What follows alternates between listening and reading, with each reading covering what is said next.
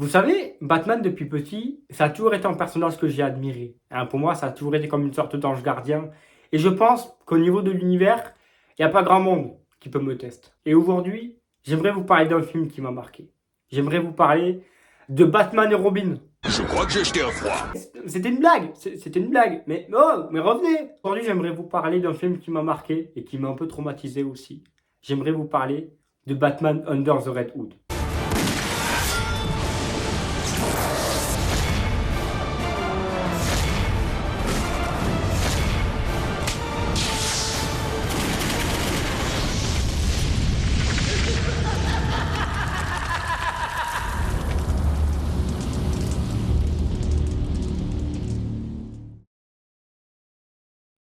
Ce film est une adaptation du comics Death in the Family, où Robin, qui est à ce moment-là Jason Todd, va se faire torturer et tuer par le Joker pour sauver sa mère. Sauf que le film a un peu changé le scénario, et cette fois-ci il se fait tuer, non pas pour sauver un membre de sa famille, mais parce qu'il a désobéi à Batman, ce qui, à mes yeux, rend le film encore plus cruel et encore plus triste. Et d'ailleurs, ce que j'aime beaucoup avec ce film, c'est le début. On n'est pas dans un début calme où il ne se passe pas grand-chose. Directement, dès le début, ça pète. On te met dans l'ambiance avec cette phrase glaçante. Où sont-ils? Dans Sarajevo, monsieur.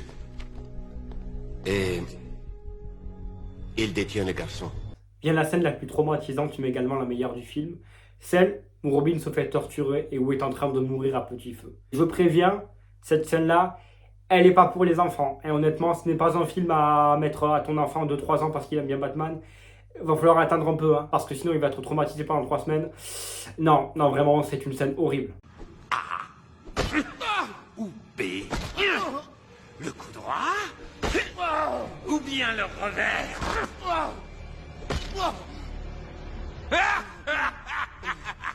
Mais si j'aime cette scène, c'est pas parce qu'elle est horrible en elle-même. C'est pour ce qu'elle raconte.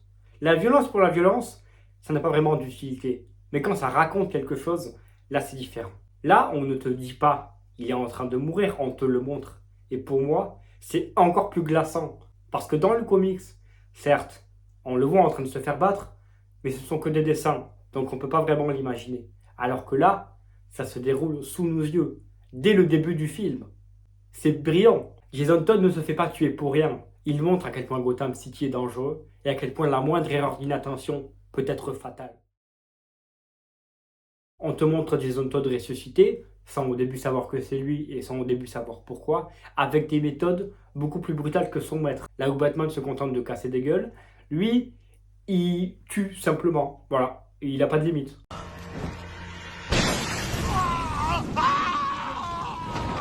D'accord.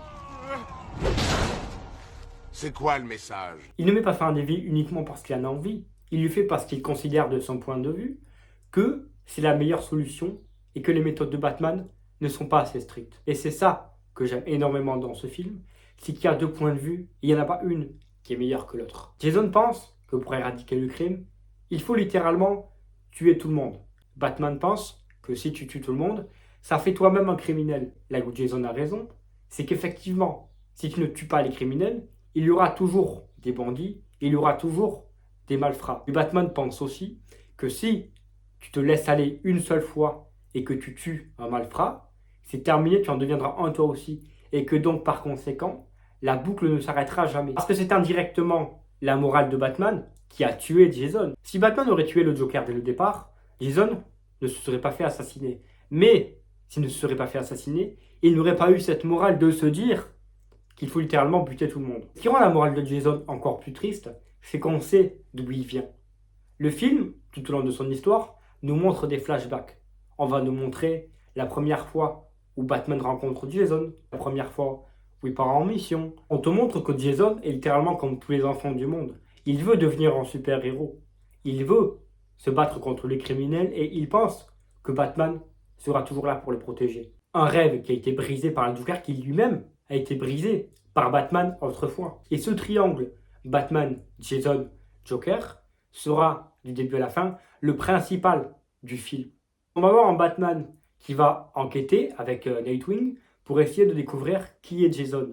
Jason qui, pendant ce temps-là, va exactement refaire les mêmes coups que le Joker, mais à l'envers. Plutôt que de se faire attirer par un guet-apens pour se faire tuer par le Joker, c'est lui qui va essayer de mettre en place des plans pour attirer le Joker et le tuer et le torturer comme jadis il lui était arrivé. Et là, je vous entends déjà dire « Ouais, mais ce genre de choses, ça arrive dans d'autres films.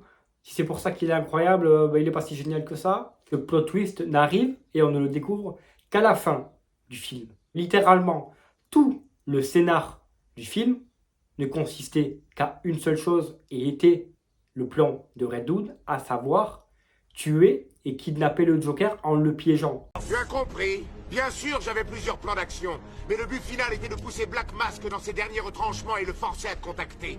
C'était le seul à avoir le bras assez long pour s'introduire dans Arkham et t'en faire sortir. On sent en Red Hood une énorme colère. Il se demande pourquoi Batman ne l'a pas vengé, pourquoi Batman ne l'a pas sauvé, et tout ce qu'il veut, c'est rétablir son honneur et rétablir la paix et la justice que Batman lui avait enseignée autrefois quand il était enfant. Une justice enseignée par Batman comme si il y avait une relation père-fils entre les deux. Et c'est indirectement ce que le film a appuyé aussi. On te montre Dick Grayson, Nightwing, qui était le premier Robin, qui était l'aîné, qui est l'exemple, qui est le plus calme. Et on te montre Jason, qui est le deuxième, le plus turbulent, celui qui écoute le moins. Et c'est cette culpabilité de Bruce Wayne et cette tristesse de Jason qui vont les amener à s'affronter symboliquement à la fin du film. Ils ne se battent pas pour essayer de se tuer, ils s'affrontent simplement pour essayer de se prouver l'un à l'autre que leur morale est la meilleure. Ce duel se finira par une victoire du Joker qui lui-même avait encore une fois tout anticipé. Il a été manipulé, il a quand même gagné. Il a manipulé, il a gagné. Il a réussi à retourner Jason contre son propre père. Il a réussi à retourner Batman contre son propre fils. Et finalement, il a réussi à mettre le bordel comme il l'a toujours voulu. Ça, c'est ce qui rend le film incroyablement ingénieux. On ne se doutait pas que le Joker allait gagner d'une façon aussi indirecte et aussi vicieuse. L'histoire se terminera comme elle a commencé, avec une explosion aussi symbolique que réelle. Batman ne désirera pas ranger le costume de Jason et le gardera en souvenir pour ses souvenirs et en symbole de sa plus grande erreur.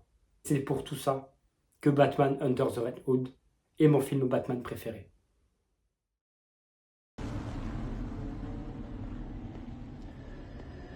Allez, on y va, dépêche-toi. Si tu ne peux pas mettre ta tenue rapidement au QG, je me demande comment tu feras une fois sur le terrain. Peut-être est-il en train de s'admirer. Si je me souviens bien, le jeune maître Richard est resté près d'une demi-heure à se regarder dans le miroir, la toute première fois qu'il a mis sa cape. Jason, descends immédiatement, sinon je pars en patrouille sans toi. Miséricorde. Je vous ai eu. C'est vrai, sauf que je t'avais vu te glisser derrière les ordinateurs il y a déjà 3 minutes. Non, je t'ai bien eu. Comment tu trouves ça? Génial, je trouve ça fantastique. Regardez-moi, je suis Robin, le petit prodige. Non mais tu plaisantes, c'est trop cool. Allez, dépêche-toi le vieux, on a un tas de méchants à prendre en chasse.